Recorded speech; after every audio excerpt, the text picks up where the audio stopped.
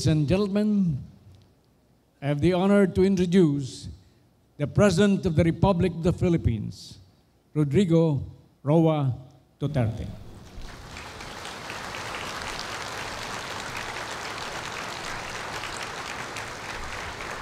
Kindly sit down. Salamat. No? Thank you for the courtesy. You know, I am before my brother lawyers and sister, and Malacanang only gave me 3 pages. The 3rd page is the penultimate paragraph. Nahihiya naman ako sa inyo ng pag-usapan dito. The usual hula-balo, blah, blah, blah,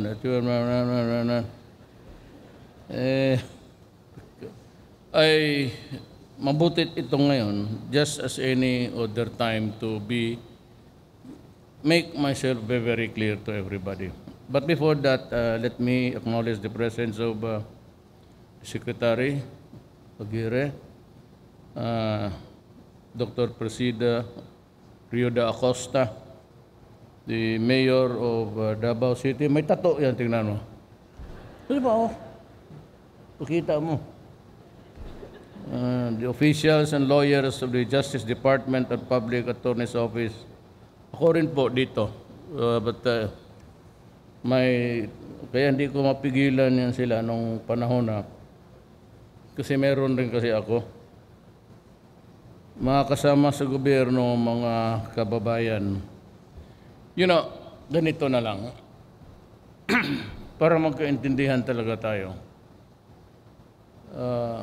I was a nobody. Well, of course, in Davao, I was mayor for 23 years. But outside of Davao, I was a non-entity. When I ran for the presidency, ang sumuporta lang sa akin na governor, si Jaime, because we have known the family since time immemorial. And I will not deny that my father, during the time of the first term of President Marcos, was a cabinet member. So, ganun yan. Tinulungan niya ako kasi kilala eh. It's not our fault that our families has had political relations because my father was a nationalista. And as a matter of fact, at that time, there were only 2 nationalistas left governors of Mindanao. It was, I think, Governor Ibarli and my father. And so my father, so being a party mate, tumalon kasi si Marcos sa nationalista just to be a candidate against Macapagal. And Marcos won, and he got my father into his cabinet. Those are things that cannot really be going issue, because those are relationships that were cemented many years ago. But kung sabihin nyo that I bargained away the ends of justice to repay utang na loob, it's not that. Marcos was supported by my father. He won. So Matos got him into the cabinet. It's natural, that's politics, even everywhere. So the persons you get to know along the journey of life, just with Aguirre, he was the valedictorian. Tugadi was also an outstanding student. So was Yasay. Dominguez, kababata ko yan. And he was the valedictorian consistently since kindergarten kami. So, ginawa mo yung the best. Hindi lang nga kilala. But this guy, Tugadi, is a billionaire. Do not worry about corruption and transportation. He will not do that. Bilyonaryo na yung tao. At almost silang lahat. The unfortunate thing really is that I have the brightest and the smartest of the guys in town. Ako, I was a consistent, hindi ako lumabas sa 7. 75, 76, 79, 78. Hindi ako naka-80. But the tragedy of it all is that itong mga utak, bata-bata ko lang yan sila ngayon. But tayo mga ordinaryong abogado, tama-tama lang. Kunting inuman, kunting pasyal, huwag naman yung mamatay tayo ng aral. So, but ito ang ano ko. I ran for the presidency. Ito ang sabihin ko sa iyo, with my apologies this time to Grace po. Kasi tayo, tinuruan sa aming constitutional law was Neftali Gonzales. Political law was si Isagani Cruz. Ang sinabi sa amin, repeatedly for 1 year, that's constitutional law and political law. When we were interpreting or taught how to interpret the Constitution, there's only one way of being a natural-born citizen of this country. Paglabas mo sa katawan ng nanay mo, Pilipino ka. Period. Now here comes now the case of Grace, na the Supreme Court had another interpretation by incorporating the Treaty of Stateless Persons as part of our Constitution. Ang problema niyan, they interpreted it the way something like this. If you are foundling and you are found in a country, dito sa Pilipinas or somewhere else, those who adopted the treaty by incorporation sa ating Constitution, you are a citizen of that country. I accept that. But it could not be a process of adoption of anything or by the treaty provisions. But it could not go higher than the Constitution itself. I do not believe that a treaty could override the basic requirements, especially about citizenship. Kayong lumabas yun, if you would notice, I did not file my certificate of candidacy even sa deadline. Pero ang lumabas yun, I remember it was birthday ng brad namin. It was in the house of Fred Lim. When I said, kung ganito lang naman, itatakbo na lang ako. Hindi ako manalo, but just to present to the Filipino that I am a true blue, full-blooded Filipino. Just to prove my point. It was a matter of principle for me. Kasi dinidikdik yan, si Neftali, si Cruzod. Sabi lang talaga nila, the only way that you can become a natural born, treaty is not a natural process. It's a legal process among nations. Kaya, sabi ko, lahat naman tayo ng abogado actually, I did not belabor the point. Alam ko na hindi rin acceptable sa inyo yung ruling nan. But I will respect the decision of the Supreme Court.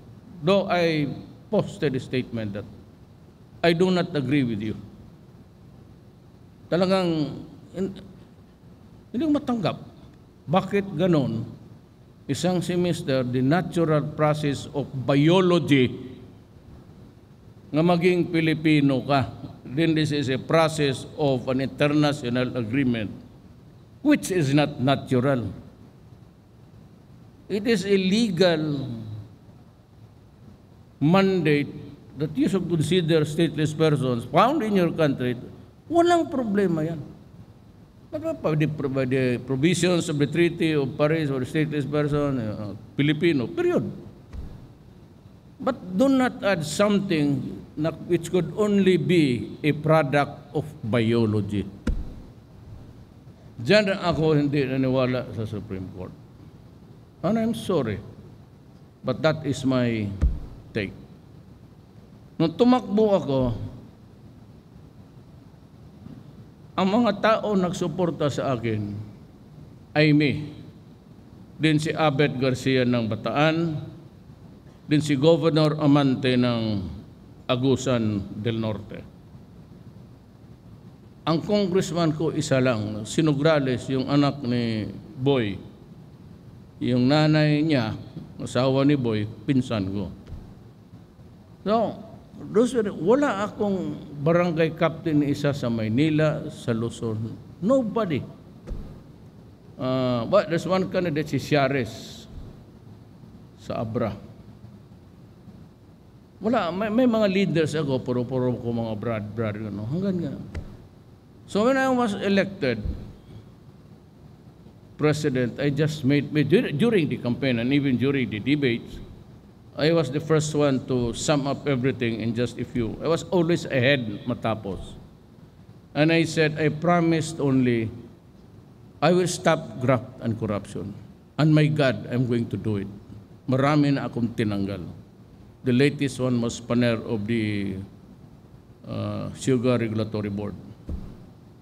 Alam mo, she had, from now on, baka bit makalimutan ko, ilimit ko yung the power to, alam mo, kayong mga appointed officials.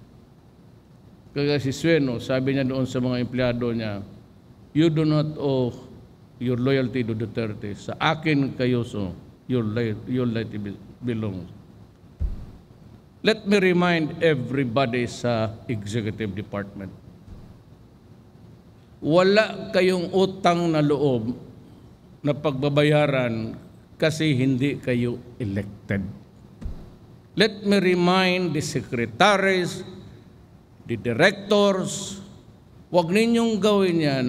Bigyan mo ang consultants ng 200,000 pesos a month. Naloko ka ba? Magkano lang ang sweldo ko? So, about 38,000? Bago lang naman yan naging 100. Ba't naabutan ko pa yung buwan na sabi ko, kung ganito lang ang sweldo dito, alis na ako. I could not even defray kasi hindi ako pumipirma. Walang financial documents na pumipirma. I delegated it all to them. Ang pinipirmahan ko lang yung mga appointments, but I get to review, lalo na yung sa lahat, military. Hindi ako and I do not allow businessmen to go there to talk to me. You have a business, talk to the department head.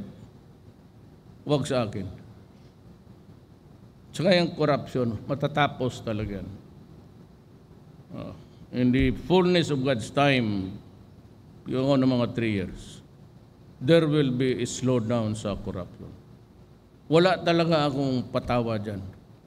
Kita mo sa Sueno, yung NIA, just 2 weeks. Sueno was just a few months, sabi ko.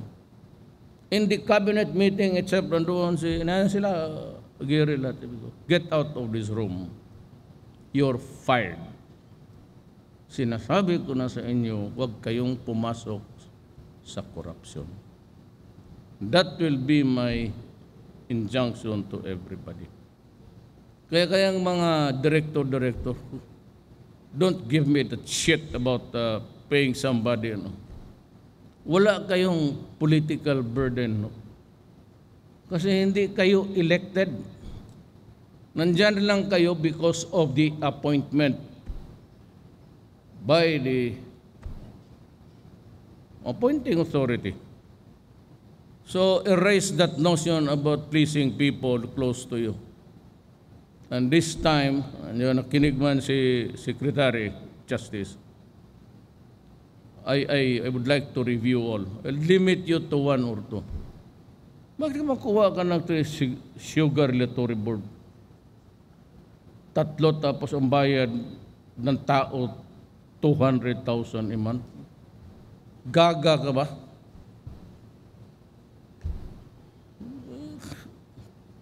So, yan ang talagang mahigpit ako dyan. Magkamali ka, wala akong pasensya dyan. Sa awa ng Diyos, naging mayor ako for 23 years. And, talagang mahigpit ako dyan sa Kaya ako tumanggal sa politika sa Davao. And when I was a prosecutor, yung naging mismong city fiscal later on, he was a practicing lawyer. Yung isa na buko ko talaga. And during Christmas time, yung dinidistribute ng mga milyonaryo na basket with the wine, with the cheese, pinapasauli. Walang, okay na ako sa cheddar cheese. Hindi ko na kailangan yung malalaking dibula. Magtae ako niyan. I mean, I cannot consume all of it actually. Kaya ako, not because of anything, but I got it from my father. For the longest time, he was also governor for 10 years before he died. A heart attack. So that was yung sabi niya, ito lang maiwan ko sa iyo, edukasyon pati. Kaya gusto kong i-share sa inyo. Hindi ko pinapasa sa inyo yan. Kayo, you know, you have your own business you have your own life to live. I'm just sharing it with you. And I do not give speeches usually. I don't like to read speeches. I would rather have a dialogue with you. Kasi ako naging prosecutor for 10 years. So I would know what justice is. As a matter of fact, most of the cases ng left noon na yung planting of evidence, pag nalaman ko yan, ako mismo ang nagsasabi sa mga judges, I move to dismiss the case. Why? Prosecutor. Why, Fiscal? Because my evidence is fabricated. I will not prosecute a case that's based on a fabricated evidence. So you have to investigate. Yes, I will. Forward the decision because it says there that it was fabricated. Pinadala ko dito sa Manila po siya. Wala naman nangyari. Pero at least I did. Ay, na rin ako magtanong ng sarili kong na-reserve because sa matapang, wala ka naman talagang alam. Ngayon dito sa drugs, lahat tayo, we always honor the presumption of innocence. Alam ko na you cannot kill a person on bended knees with his hands tied behind his back. And you are not a man. Para sa akin, di ka lalaki. You cannot be a warrior. You're a bullshit. I never condoned extrajudicial killing. But I was one of the few na hardliners talaga na mayor. Di kita talaga papatulusutin. When I became mayor, Davao was just in transition. Ang grabe ang patay. We used to lose something like 5-6 policemen a day. All in all, pati soldiers in Davao, there were about 400 military and police. Ang sinabi ko lang sa left, kaibigan ko yung mga yan eh. Kaya pumayag ang mga buang, nirelease yung police kahapon. Ay ko siya, tawagan mo yan kasi may arteriosclerosis. Sabi ng asawa niya, pag walang medisina, mamatay yun. Kaya sabi ko kay Said ko, tawagan mga yawa na yan. I-release ninyo. So, kaibigan na naman kami ngayon kasi I have to say, salamat po at nirelease ninyo. Sabi naman ito mga buwang, sige, mag-usap na tayo uli. My condition sine qua non is declare a ceasefire. Period. Yung ceasefire, kasi yung unang ceasefire, you fuck it by, sabi ninyo, ayaw na namin kasi ganito, ganon. Because maybe because I'm a friend and I'm a socialist by nature. Kasi anak lang ako ng mahirap. Migrant kami sa Mindanao. When there comes season, says, he's a fake socialist. Apparently, ang socialist sa kanila or your orientation, political or social, is that you must be in the armed struggle to be a socialist. How can you be stupid? You don't have a monopoly of the principles of life. Kaya sabi ko, hindi ako pwede dyan sa... gobernador nga ang tatay ko noon eh.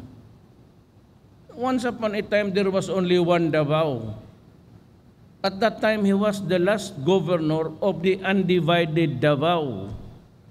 Davao del Norte, Davao del Sur, Oriental, Occidental, Davao City, Cumbal Valley, that used to be one huge province. Paano ako maging may yung land reform hanggang ngayon? Mariano should explain to the public. I was the one, sabi niya, yung mga lapanday na malaki, birahin mo.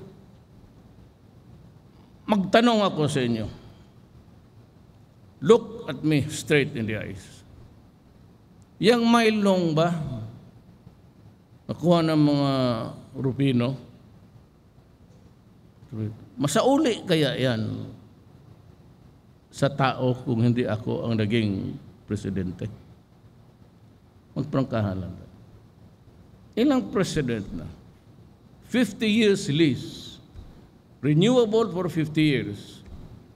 Nobody in the government is willing to do the extension. So nalagyan nila dyan ng at that time matagal na yun.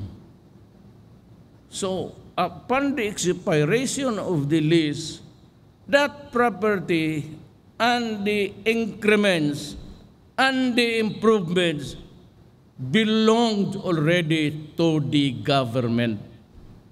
Neither they remit yung kita na and the taxes. Ganon ang mga elitista dito sa Pilipinas. Putang ina ninyo. Huwag ninyo akong yayariin ko talaga kayo. Yayariin ko kayo. Yung mga utang ninyo, ABS-CBN, di ba mayroon ng Benpres, Bayantil, Tetel, they borrowed from the DBP millions, billions. They paid at first. Nung nagkaletse-letse lugi na, the Republic of the Philippines condoned yung utang nila, pera ng tao. Yan ang mahirap sa mga mayaman dito. You have a newspaper, titirahin ka ng titirahin, lalo na yung public official, most vulnerable because we cannot file charges kung gaano na lang tayo babuyin. Pagdating sa akin, ano mang makuha mo sa akin? Ditignan mo sa bangko, panahon nila. Marabi ko tignan niyo.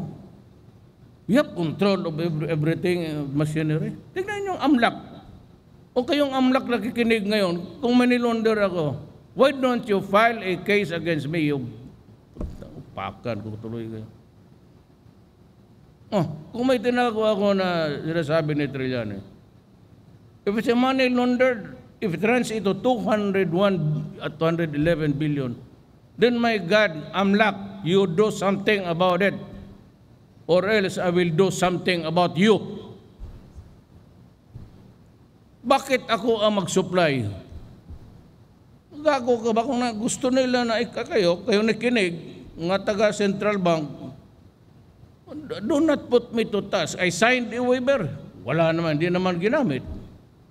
Ngayon, pasahin ako ng inuuto mo ako.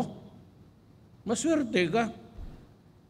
Total, nandiyan naman yan. Buksan ninyo pati Rural Bank.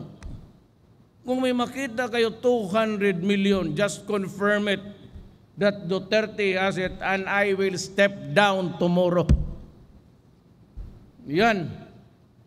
AMLAC, Central Bank, lahat kayo, Trillanes. O sabihin, utos-utosan mo ako ng Weber, ano, inuuto-uto mo ako, I will labas ko. Just give me. Lahat ng deposito ni Nograles sa Hongbong Bank, lahat, may co-depositor. At hindi yan ina-announce basin dito kung sino yung co-depositor na yan. Ako meron ako, ang co-depositor ko anak ko. Kasi kung madisgrasya ako, meron kaagad magamit ang pamilya. Totoo yan. Ang sweldo ko, ang co-depositor ko, si Inday, kasi I trust her. Wala masyado ako dito sa mga lalaki kasi puro good time lang ang alam. Itong si youngest kong si Sebastian, puro artista kung hindi yung sinong bagay, maganda man. Dinala niya minsan doon sa Sebastian eh.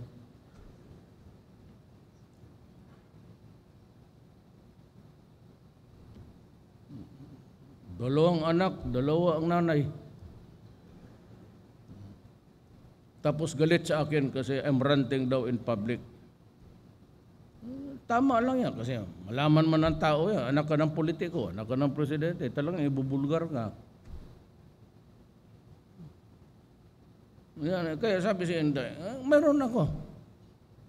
It's about 500,000 something. At saka yung lupa nila, yung marami sa eleksyon, that is my hereditary. Every title sa pangalan nila, tatlo. Anak ko yung tatlo eh. Ang ginawa ng gago, pinablis nila, it's individual. Same title, pero tatlo sa may-ari, sige, chop-chop nila. So si Inday meron, same, si Pulong meron, si Sebastian meron.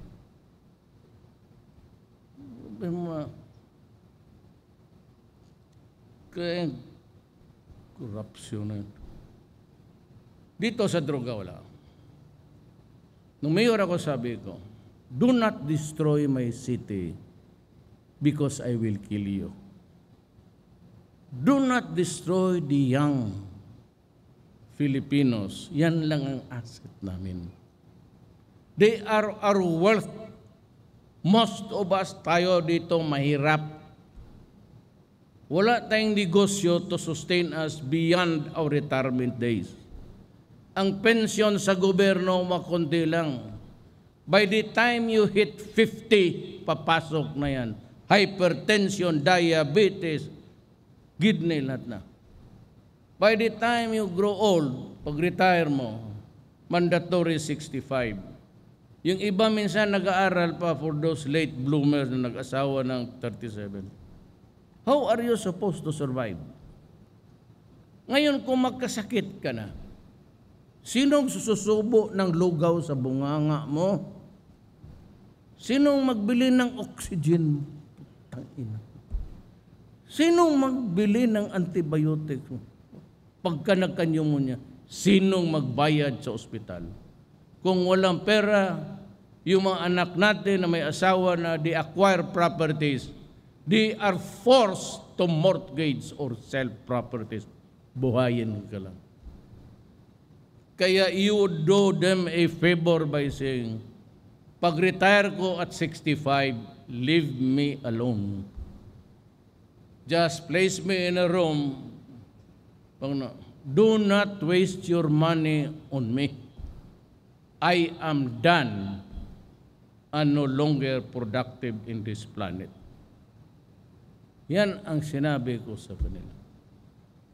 Kima stage 1, stage 2, do not waste your money on me. I am 72. No more mountains to climb. No more challenges to meet. No more oceans to swim. Yan ang sad story natin. Wala tayo after 65. You rot there. Kaya ako tatakutin nila, patayin, gano'n, sa Marawi targeted. Eh di sige eh. I would be very happy to die for my country, even if they will not consider me hero. It is a great privilege to be assassinated, really. Kaysa man namatay lang naman ako ng diabetes o hypertension at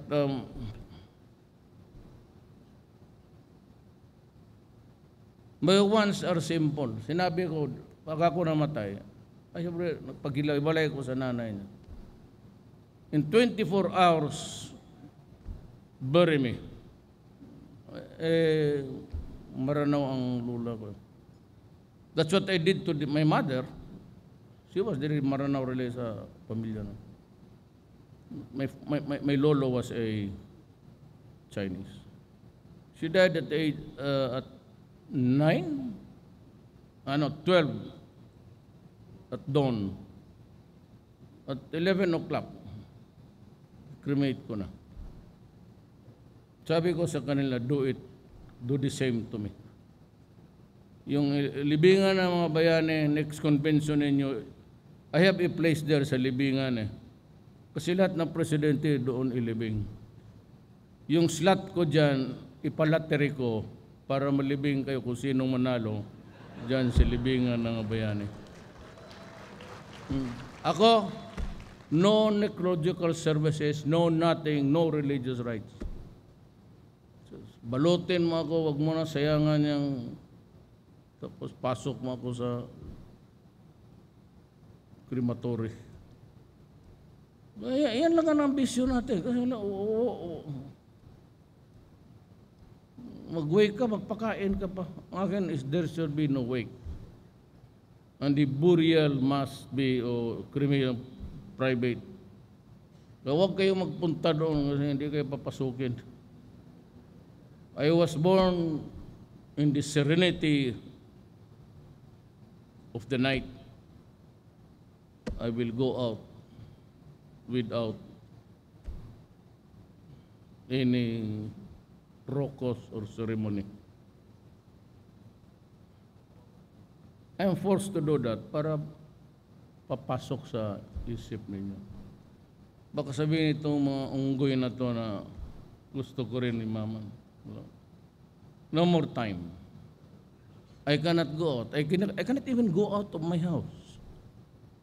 I cannot even go out of Malacanang. You have to advise them one day before because they were clean of yung bomba. Yung pressure, pressure ini puputok yan eh. Tadyakan mo rin yan dyan. Baka nandiyan banda sa inyo. Yung Marawi naman, my brothers and sisters, you listen to me very carefully. I told you that we will build Marawi. Ang molecules ko galing dyan. Dyan sa Lake Lanao. For you guys, kung makita niyo yung Lake Lanao, it's a very beautiful place.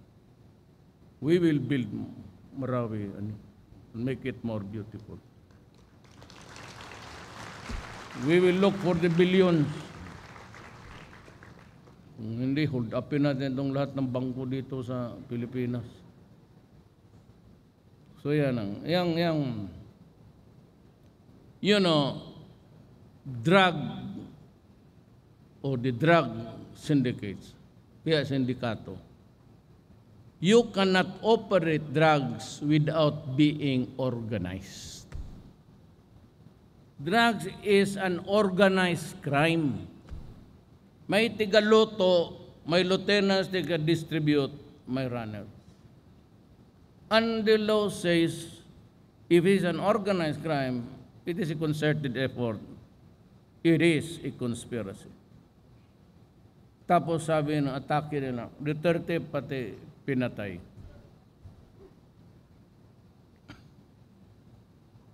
Sorry.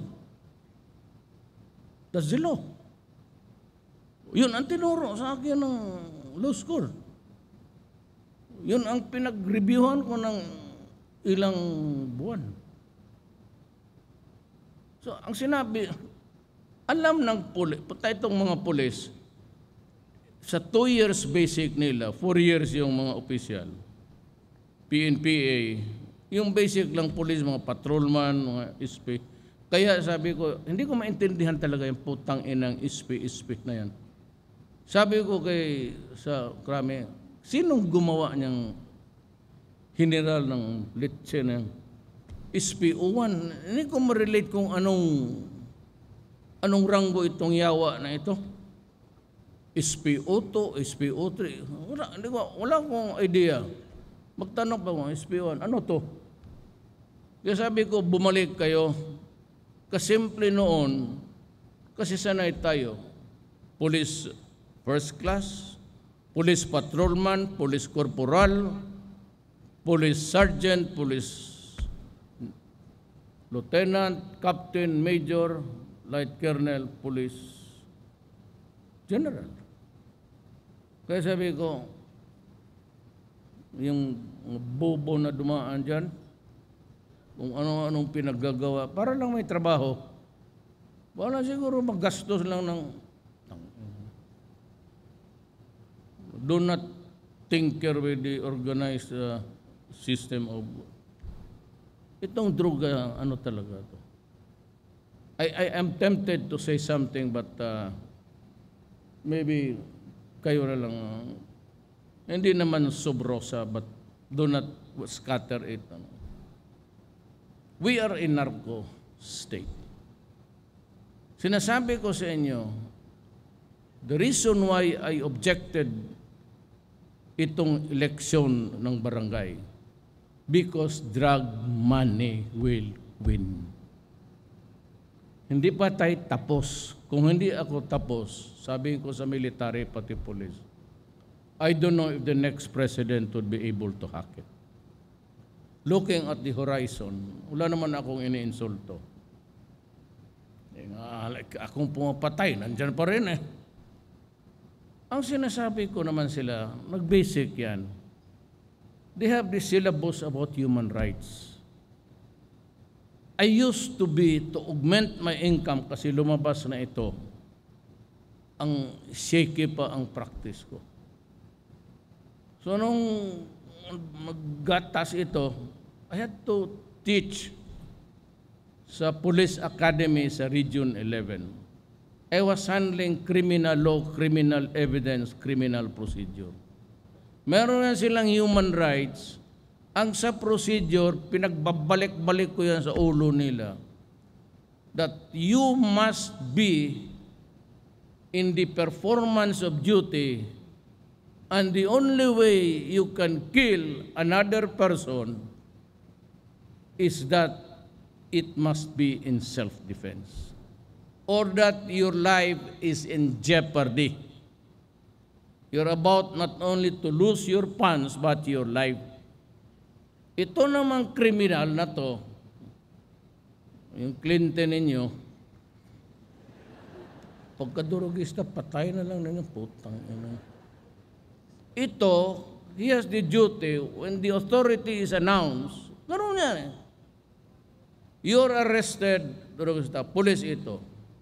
The duty of this idiot is to surrender peacefully, and if you have nothing to hide, you explain to the station.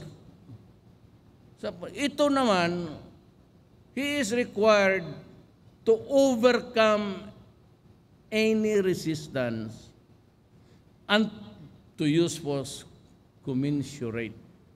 But he has to take this guy in custody, place him under the custody of the law of government so you can bring him to the court, issuing the warrant or to the police station for record purposes.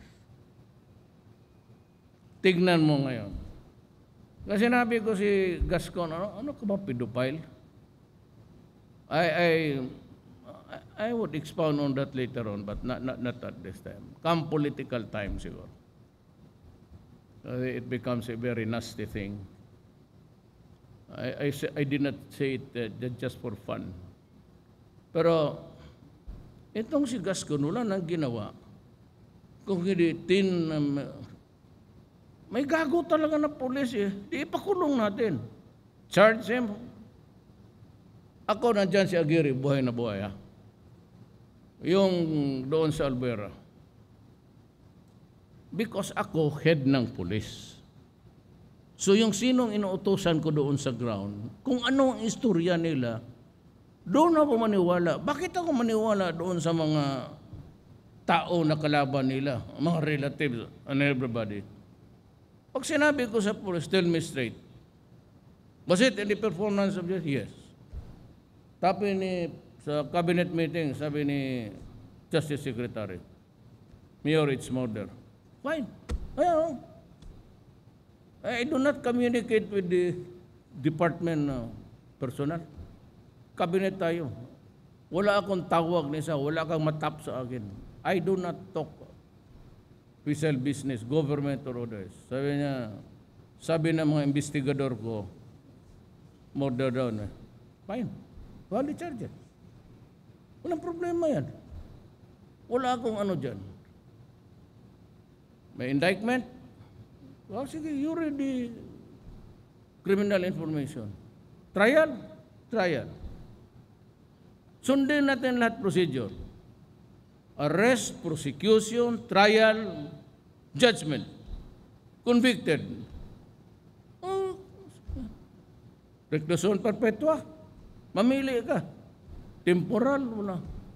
Temporal o perpetua, wala sa akin. Pagkatapos, all the processes have been done. So what's the latest? What's the last? Imprisonment. Fine. But before that, you read this. Pardon is hereby granted to blah, blah, blah, and restored to his former position and promoted to general. Yaman ang panlaban ko. Wala man, ang kawawa naman itong mga yan. Puro makulong yan.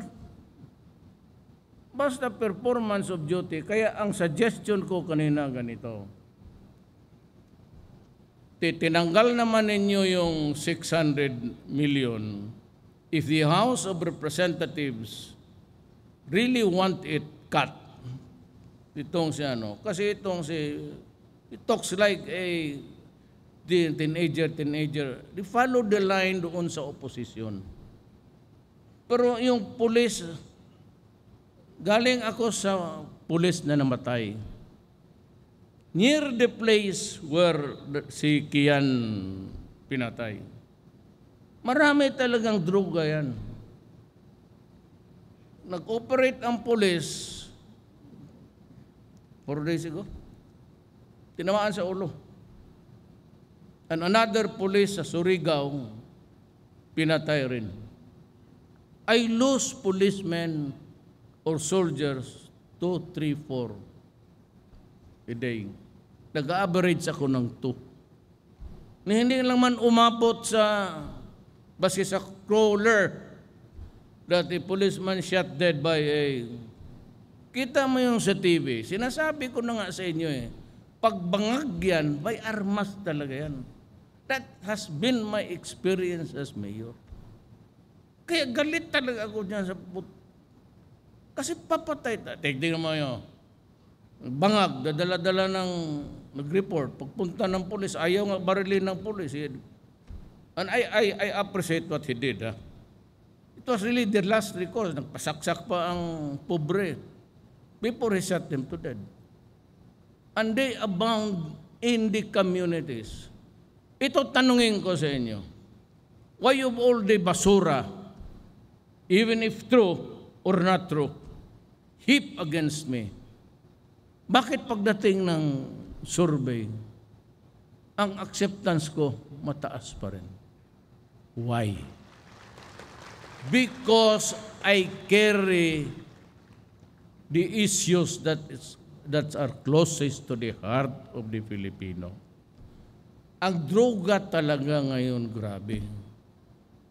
And true, I committed a mistake. I was a fool. grant it to be that way. Sabi ko, 3 to 6 months. I never thought, hindi ko kasi alam, pagpasok ko na pagka-presidency, when I got the wherewithals and the data, na ang pulis, yung ninja hanggang ngayon hindi pa nahuli. There was the group there and the generals themselves were running the show. Pati ang customs na inaasahan kong nasa likod ko, ganun rin pala. Kaya ako talaga, I was stone dive because I did not know the exact dimension problem. We are in narco state. My God, you better believe me, kasi mga barangay ninyo. Magtanong kayo sa tao. We're all lawyer. Tingnan ninyo, may maglakad pa ba na? Ngayon, sabi ko sa police, pick upin mo. I do not want anybody standing there magtambay. Kasi yung tambay sa Pilipinas, we talk of contemporary times. What's happening to the environment now? There are all illusions about, you have to confront it kayo. Ano bang gawa ninyo dito? Kaya sabi ko, pag mag-inuman in public place, arestuhin mo. You're not supposed to be drinking using the streets and alleys. Hulihin mo, kulong ninyo. Total, may pao naman bukas magpa-release. Sige. May balance naman eh. Anasahan ko naman that pagka walang kasalanan, just a matter of loitering around. But ang mga tao kasi takot eh. Takot na magdaan, lalo na yung... Ang mga biktima nito, hindi ito yung mga elitistang putang ina mo to. Ito yung nagbiktima, yung nagtatrabaho, mga sales girl. Kaya pag yan ang ginalaw mo, ay nako. Dapat gano'n, yung mag-report ng maaga, tapos pinatay, diyan na papunta. Mainit pa yung kanin pagdating ko yung baon niya. Nilungag ba? Kaya magbili lang na yan sila ng ulam. Pagka ganon, bantay ka. Bantay ka talaga sa akin. Kasi sabi ko, yan ang hindi ko masikmura. Do not destroy my country. That's illegitimate. Bihanapan daw ninyo ako ng mali dyan. Do not destroy my country because I will kill you. Cite to me a special law or the revised penal code if there is something in it. Do not destroy the youth of my land because they are our only assets. Yan ang kayamanan, they are our wealth. Hanapan daw ninyo ako ng mali. Itong mga human rights. Sige, threaten. Di, mag-file kayo ng kaso eh. At sabihin ko yung mga bobo dyan, what's wrong? Kung kayo ang magsalita, okay sa inyo.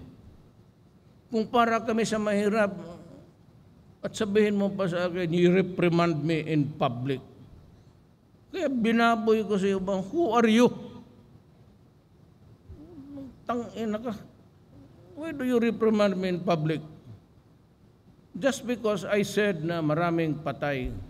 Hindi ba ninyo, I started my operation 2 months kasi kapa pa ako eh. Entire Philippines. With criminality and drugs in mind. Kapa ako. Hindi pa kami nag-umpisa. Look at the statistics. Even before I assumed the presidency nung nanalo ako, marami ng patay. Review the statistics. Why? Yung 2 months na interval, nasabi ko kay Bato, pag-aralan mo pati yung sino yung i-assign mo doon. I do not want familiarity between the local officials and the police. I hate it because they are being used. Pag-aralan nyo, ilan yung patay? 1 week before I became, tingnan mo, pataya na.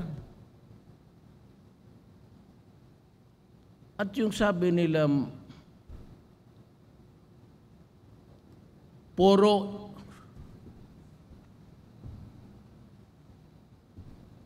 I will not name the citizenship. Sabi nila, puno yung punerarya, di ba? walang nikiklaim ng katawan. Di ba, naubusan na sila ng formalin. You remember that? Walang nikiklaim. Kasi ang naglinis noon, mga foreigners yun. Sinong mag-claim ng, sino yan? Di nagpatong doon because there were no agreements. Hindi amin yun. Yung panahon na yun, ang cleaning nila. Itong mga ninja, pati ang mga, I suppose, mga generals. Hindi pa ako nag-umpisa noon. Tapos, paspas na ito silang killing almost 10 times. Di amin yun. Kung hindi kayo maniwala, okay lang. Kung maniwala kayo, kung hindi maniwala, that's your problem. Pag matapos nun, amin na. Anong tinira ko? State. Narco state. Albuera. Lahat ng pulis na hindi sumusunod, binabaril niya. Harap-harapan sa palengke. Parahino. Kayong taga-Osamis, kayong neighboring. Was there really democracy there? Was there really an election there? Na kung maglaban ka, patayin ka. Pati yung pulis na ayaw mo sumunod, pinapatay ng putang ina niya. Ayan. Kinukutkot na nila ngayong lupa. Oh. Di nandoon yung pulis. Walang hiya. So, yun ang classic na narco-politics. And even the cousin, pag pinunta, nakita niyo sa TV, ang wallpaper niya, pera. Tanginang. Mabuti na. Patay na yun. Wala ito kay Siminto man. Takot pala kayo mamatay. Kaya mo yan sila dyan. Huwag kayong matakot mamatay kayo. You know, the day you were born, the process of dying started a long time ago. That's my favorite answer. Why should be afraid of being dying? When the day when I was born, the night when I was born, I started to die. It's just a process in this world.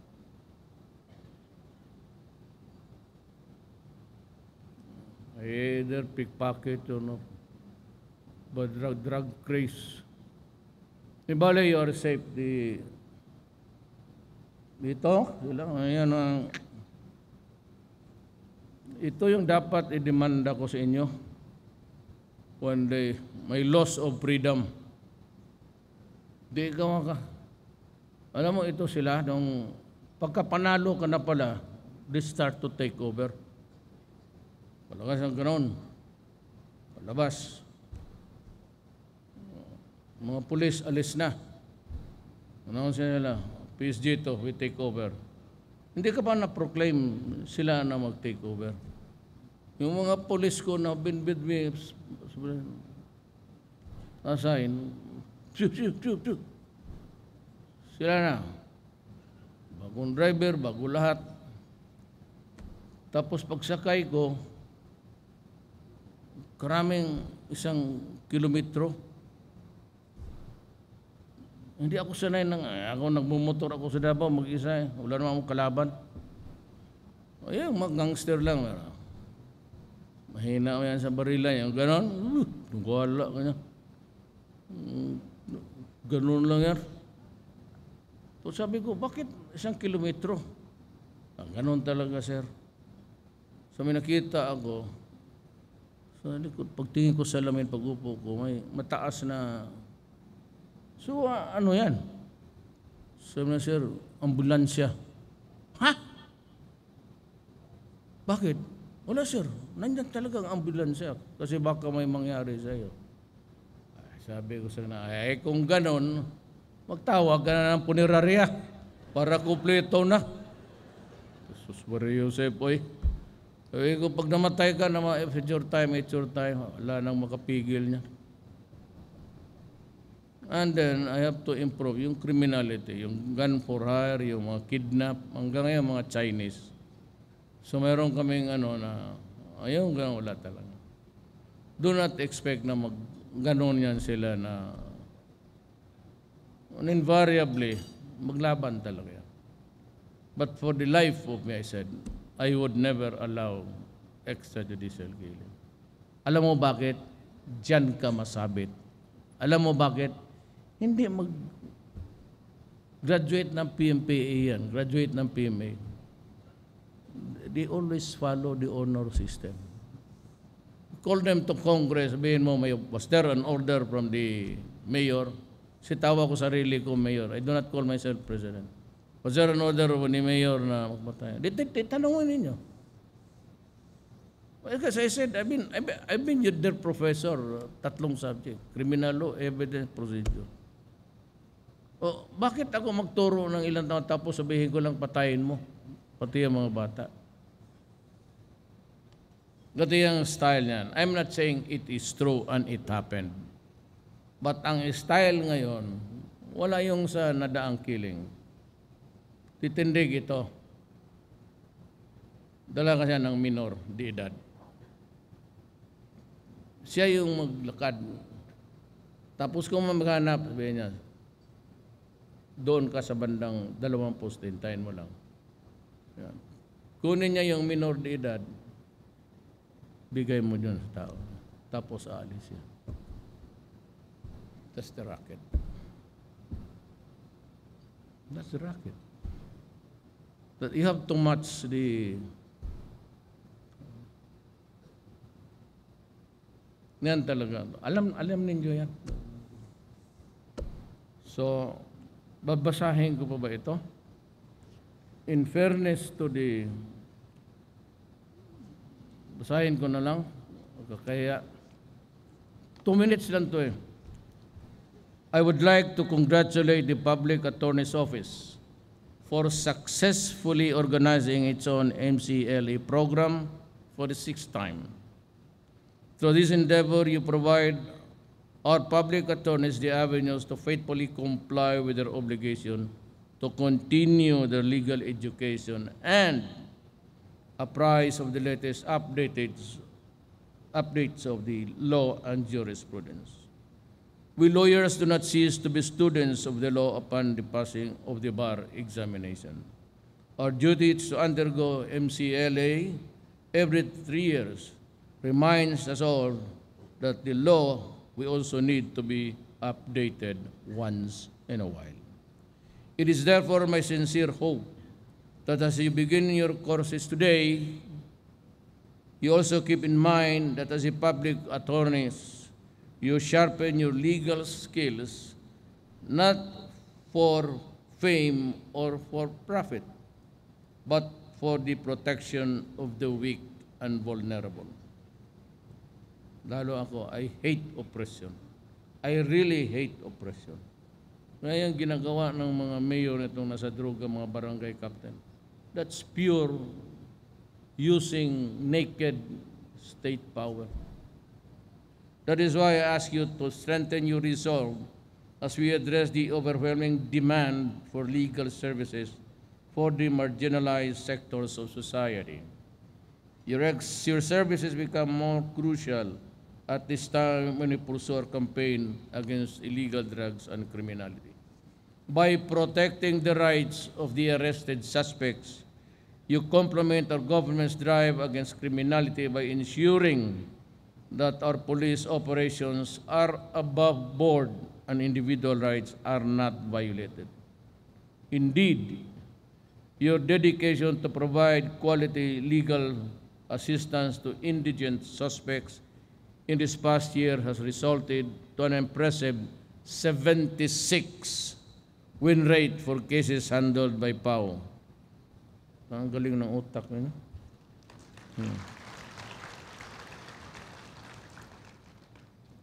You're truly commendable considering that your agency is understaffed and your dockets are congested. Alam mo, kinig lang kayong mabuti. Itong ombudsman, Sus Mariusep, ang batting average niyan is about wag na lang i-file. Kasi magpunta ako dyan, minsan, kita ako, nakabarong in tatters. Bakit ka nandito? Nandito kaya may criminal case ako, sir.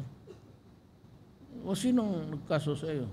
Ang ombudsman, sir. Kasi yung mayor, alam mo magprangkahan tayo. Ikaw municipal treasurer ka, municipal mayor. Pag sinabi ng mayor, permahan mo yan. Sabihin mo hindi. Kaya invariably, ang mayor, drop. Ang nakukulong, ang auditor, ang municipal secretary, treasurer. Ano ba naman kalukuhan yung puto? Sumawa ka talaga, no? Sir, utang pa may pamasahe, sir, wala talaga. Yan ang opresyon, kaya yan ang ayaw ko yung mga ganon. Ako, Diyos ko. Tama kayo, better, the presumption of innocence should always be there. And I'll support you, actually. Kung hindi mo kursunada yung prosecutor, barilin mo. Ipardon kita kaagad. Diretso na. Pero, basta yung mga oppressive. Ayaw ko yung tigas-tigas. Yung sa amin, yung noon, dyan sa kanto, nandiyan yung military police, let's say. Wala ka talagang makita ng tigas-tigas. Dito, ganun. Ayaw ko yung mga asyong salungga, mga puta na huwag akong lukuhin ng ganun. Isa lang ang gwapo dito sa Pilipinas. To its. Huwag tayong maglabanan dito kaya ayaw ko yung puro tayo sikat. Dito sa departamento ko, walang sikat na NBI, walang police na sikat, walang military na sikat. Tulala. Ako lang. Para walay samok. Total, ako, mabait. Hindi naman ako na gano'n. Hindi ako gwapo. Ang anak ko siguro kay ang nanay niya. That is why we have initiated efforts to address the congestion problem and ensure that our public attorneys are provided with the proper tools to fulfill their duties. To decongest your dockets, the DBM has already approved the hiring of 397 new lawyers this year and another 357 next year. DPWH and the NHA have entered into an agreement with PAO to build a new PAO Central building worth more than 900 million pesos. Ma'am, believe naman ako sa iyo. Gawain na natin ng 1 billion para pa 900 ka pa dyan. As we move forward, I want you comfortable actually. So if there's anything that I can add to it, pagkaya lang natin. Ibig sabihin, bibigay mo. Especially allowances.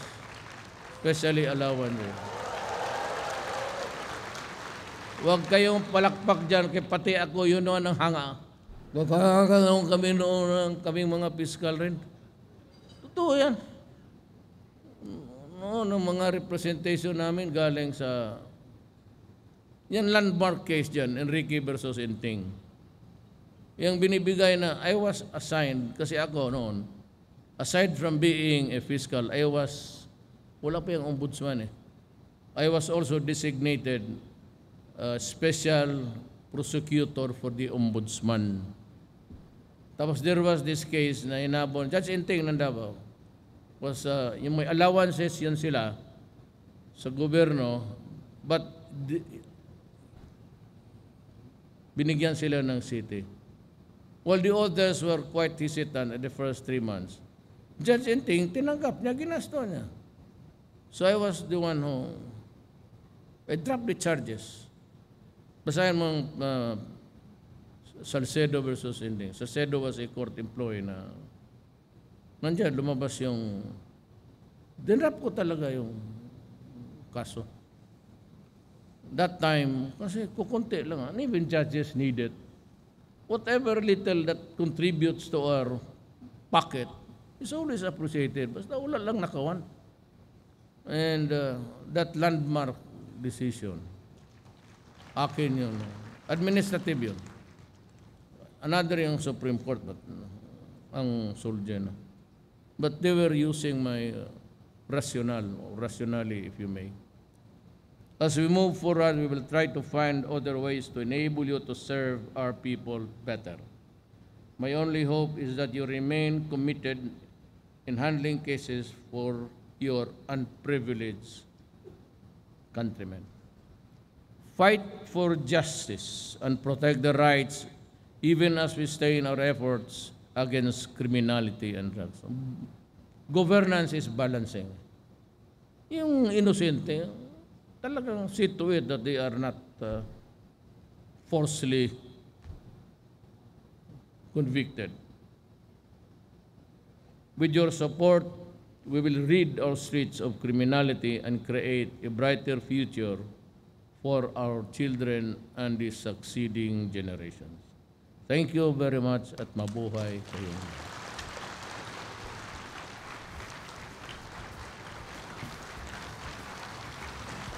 Thank you very much, Mr. President.